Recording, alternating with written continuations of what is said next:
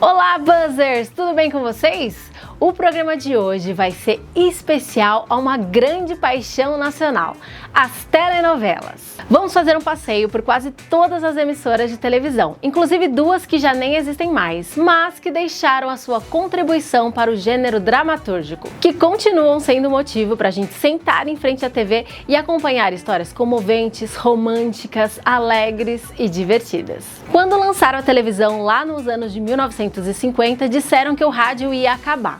Ele não só não acabou, como continua firme e forte. Quando chegou a internet, falaram que a televisão estava com os dias contados. Erraram de novo. E com o advento das plataformas de streaming e as suas séries empolgantes, fizeram com que as novelas entrassem na sua mira. Mas elas seguem encantando seus telespectadores, mesmo com uma audiência bem menor do que no seu auge. Mas será que as chamadas novelas curtas irão dominar as telas?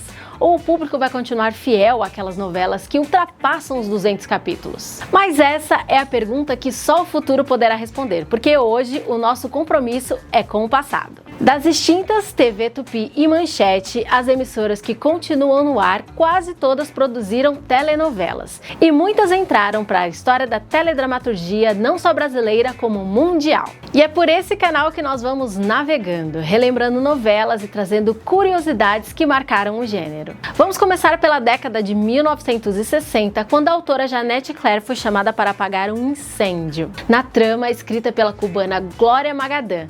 E a solução que ela encontrou foi ainda mais radical. Estrelada pela icônica atriz Leila Diniz, Anastácia, a mulher sem destino, tinha excesso de personagens e não cativou o público. Janete, que mais tarde se tornaria referência do gênero, inventou um terremoto que varreu boa parte do elenco, inclusive o único personagem que sabia do segredo, e mais tarde ele precisou ser ressuscitado na trama.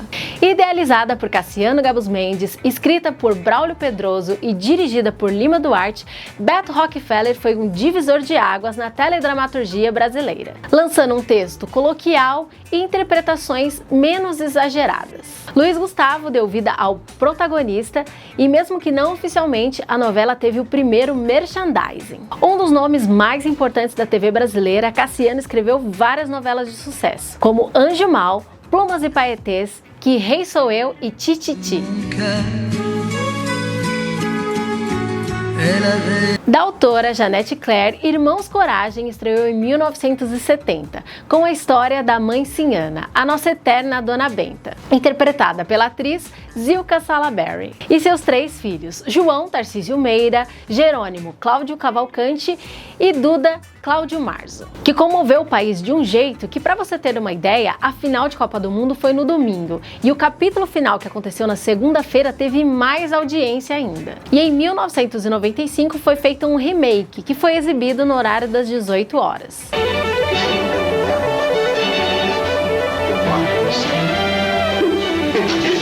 Depois de Irmãos Coragem, Janete Claire emplacou outros sucessos, como Selvas de Pedra, Pecado Capital, O Astro e O Pai Herói. E falando em Dias Gomes, que por sinal foi marido da Janete, o Bem Amado fez tanto sucesso que depois virou um seriado, que foi exibido de 1980 a 1984. Baseada na peça teatral homônima de 1962, foi a primeira novela a ser vendida para fora do país.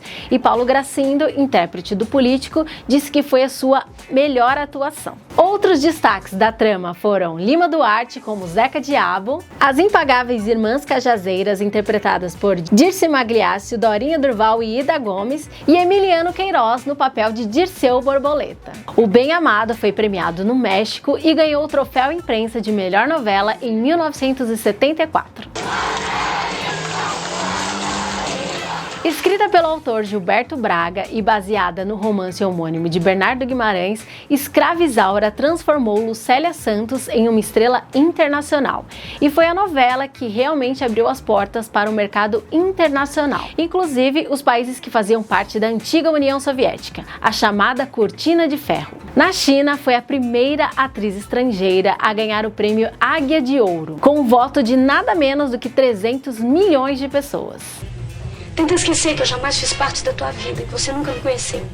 Em 1976, estreava Estúpido Cupido, de Mário Prata, que foi um grande sucesso do horário das 6 da tarde. Foi a última novela gravada em preto e branco e só os 2 últimos capítulos finais foram gravados em cores e dirigidos por Walter Avancini. Maria Tereza, personagem de Françoise Forton, participou do concurso de Miss Brasil. As gravações aconteceram num Maracanãzinho com mais de 10 mil pessoas e os apresentadores reais do concurso. E nem a atriz sabia qual seria o resultado final. A trilha sonora fez os brasileiros voltarem a dançar os hits da trama, que era um sucesso em 1960. Chegamos ao ano de 1978 para falar de uma obra que não só virou moda, como popularizou o estilo a partir do cenário principal, que era a discoteca. Após sair da prisão, Júlia Matos, vivida por Sônia Braga, faz o seu retorno triunfal, com suas sandálias de salto fino e meias coloridas lurex, que viraram uma febre aqui no Brasil. Inclusive, uma revista americana fez uma reportagem sobre isso. No último capítulo, a cena da briga entre ela e a irmã teve emoção real, segundo Joana Fon, que fez Yolanda. Agora é hora de abrir as asas, soltar as feras e relembrar Dança e Days, esse grande sucesso de Gilberto Braga.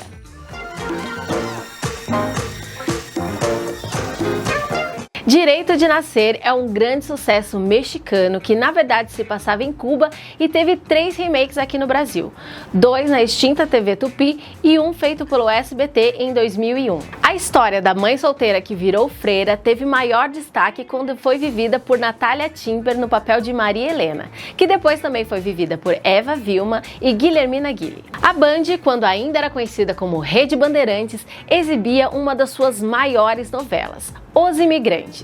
Não foi uma campeã de audiência, mas ganhou vários prêmios da Associação Paulista de Críticos de Arte. E inovou, fazendo com que os figurantes também atuassem de certa forma, através das expressões faciais.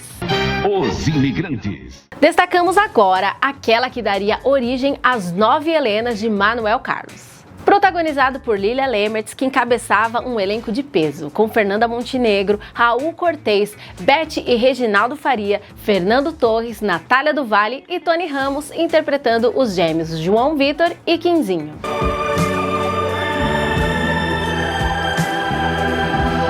O conceituado teatrólogo Jorge Andrade escreveu Ninho da Serpente. Exibida na Band em 1982, tinha clima de suspense e romance policial. A novela inovou ao ser gravada praticamente inteira numa mansão no Jardim Europa. Além da qualidade do texto, teve excelentes interpretações, ótima direção de atores e trilha sonora e cenografia caprichadas. Essa novela marcou a estreia de Eliane Jardine na TV e teve índices de audiências que incomodaram a Globo. Em 1983, a novela de Silvio de Abreu, Guerra dos Sexos, revolucionou o horário das 7 horas da noite. Fernanda Montenegro, Paulo Autran e grande elenco numa comédia com ares pastelão que fez muito sucesso, teve altos índices de audiência e repercussão, numa era pré-internet, onde essa repercussão era alcançada através do boca a boca ou de notícias que saíam em jornal e revista. Consagrado principalmente no teatro, Paulo Autran sofreu um infarto durante as gravações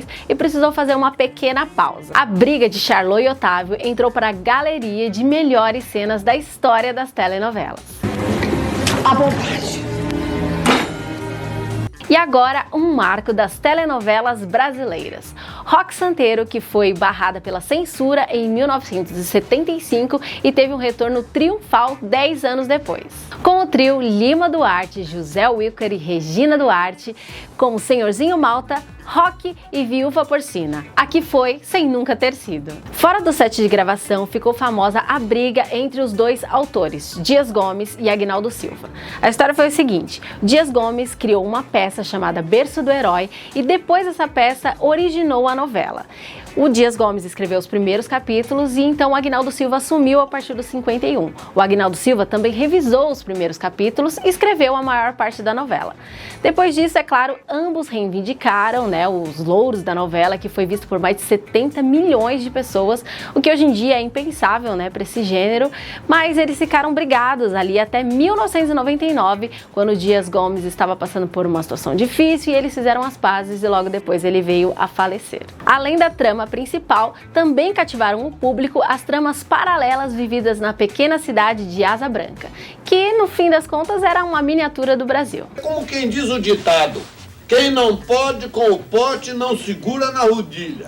Escrita por Lauro César Muniz e Marcílio Moraes, Roda de Fogo no início sofreu uma rejeição do público. Isso porque eles quiseram colocar o grande galã Tarcísio Meira no papel de um vilão inescrupuloso. Mas depois o personagem foi humanizado ao descobrir uma doença terminal e também pelo seu romance vivido com a juíza, que era sua opositora, que era interpretada pela Bruna Lombardi. Renato, é difícil. Vale a pena ser honesto no Brasil de hoje? Era o que se questionavam os brasileiros em 1988. Nasceu daí e também de um jantar de Gilberto Braga com familiares que descontiam a história de um parente que não havia ficado rico por ser honesto demais. Uma das maiores novelas da história. O Brasil parou para ver quem havia matado a mega vilã Odete Roitman. E essa pergunta vai voltar, porque vem aí o remake da novela Vale Tudo. O sucesso foi tão grande que no Natal de 1988, quando foi ao ar a cena em que Odete foi assassinada, uma grande multinacional fez um concurso para premiar 3 telespectadores que adivinhassem quem matou a supervilã. A primeira versão de Mulheres de Areia foi ao ar na TV Tupi em 1973. Eva Vilma ficou com a missão de interpretar as gêmeas Ruth e Raquel. E 10 anos depois foi a vez de Glória Pires fazer o papel das gêmeas no grande sucesso do remake da TV Globo. A novela foi vendida em vários países, inclusive na Rússia, que teve até uma interferência na eleição presidencial. O candidato Boris Yeltsin, que buscava a reeleição para garantir que os russos não saíssem de casa e estivessem lá no domingo para votar, na TV estatal exibiu 3 capítulos seguidos da novela. Coincidência ou não, a estratégia deu certo e ele foi reeleito. Você já conhece as redes sociais da Uma TV? Vai lá e segue a gente no @RedeUmaTV.